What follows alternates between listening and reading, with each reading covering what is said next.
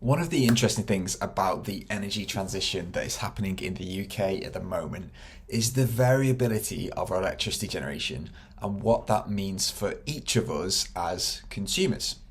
So even today, with about a third of our electricity coming from intermittent sources, so solar and wind, where our electricity comes from varies constantly. So day to day, hour by hour, even minute by minute. So from the system's perspective, it's really helpful for consumers to vary when they use their electricity to match when we generate it. Use more electricity when it's windy, use less when it's dark and still. And in the industry, there are a few ways we might describe this. We might call this maybe demand side response or load shifting. And if we can shift when we need to use electricity, that can have an impact on the grid and could reduce emissions and costs for everyone. For an individual or household, the impact of doing this isn't that significant.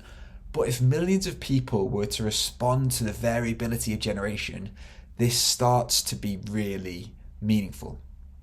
And that's one of the reasons behind Octopus's smart tariffs or time of use tariffs. They're encouraging Octopus customers to use electricity at times when the grid is abundant with cheap, low carbon power, avoiding the times where we need to use expensive, dirty fossil gas power. Over the last couple of years, I've done a few videos about Octopus Tariff. So Octopus Agile, which has prices varying every half hour with a late afternoon peak. Cozy Octopus, designed for heat pump users like us, with 3 slots of low cost power, a late afternoon peak again, and some time around average costs. And I've probably mentioned other smart tariffs like Flux, Go and Tracker in a variety of videos over the last couple of years. For us, for much of the last few years, we've been on either Octopus Agile or Octopus Cozy.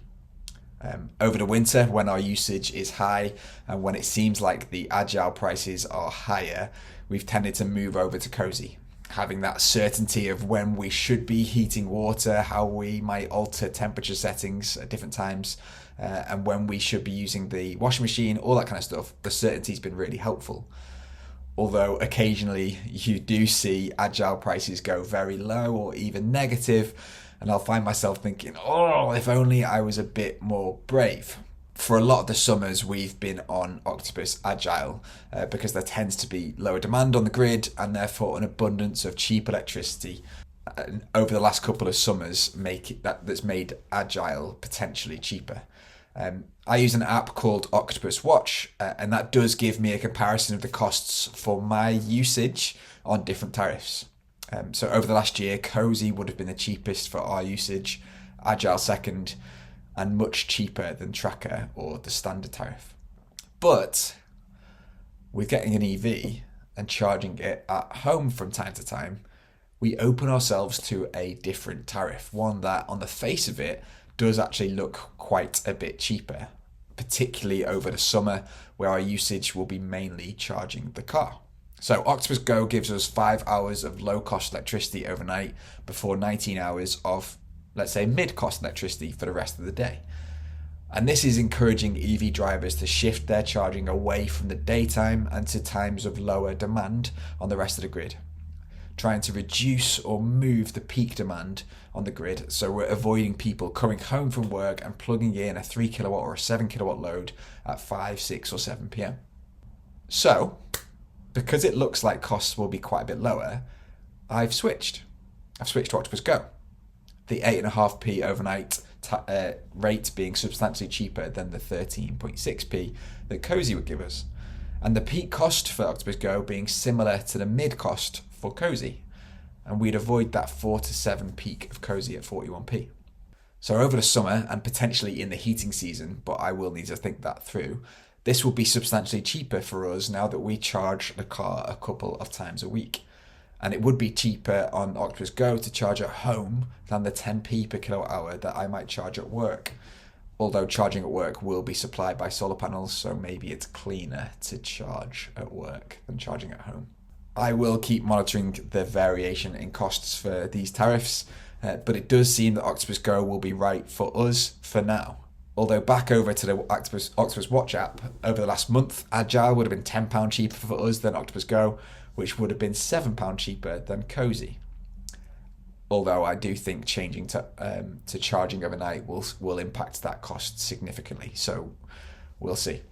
But I guess I should say that the way that I'm running our house and the tariffs that I've chosen is actually on the more basic side of playing with time of use tariffs. This is me manually controlling when things happen in the house, when I increase or decrease a load on our supply. And this is something that many people could do if they were able to use electricity at different times. It's a simple way of running a house that means that these kind of tariffs could help people cut costs without investment in big technology. Although, for us, and actually from a CO2 point of view, moving to Octopus Go is just assuming that overnight is a better time to use electricity rather than really responding to the variability on the grid. And it won't always be the case that overnight is cheaper or better.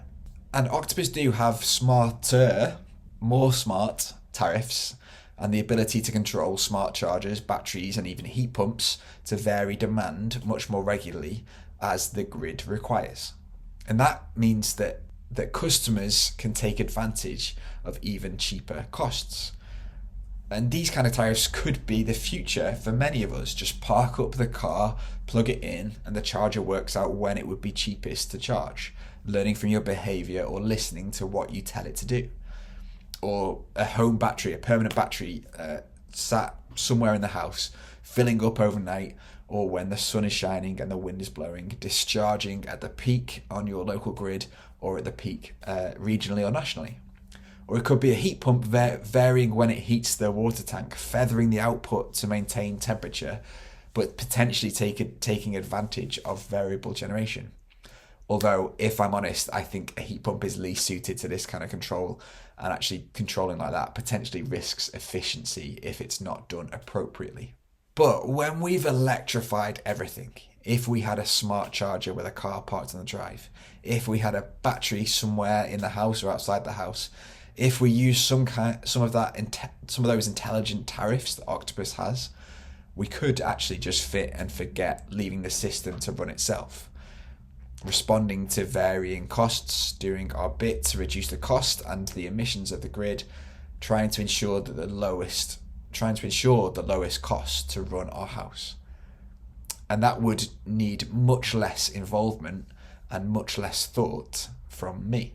Our neighbours who fully electrified last year have an EV, a heat pump, 2 large batteries and a big solar installation. They're using a tariff called Octopus Intelligent Flux, and they're leaving the smart technology in their house to choose when to fill the battery or charge the car based on the sunshine forecast for the following day and based on price signals from Octopus, filling up the car and the batteries when it makes the most sense, discharging the batteries when it makes the most sense.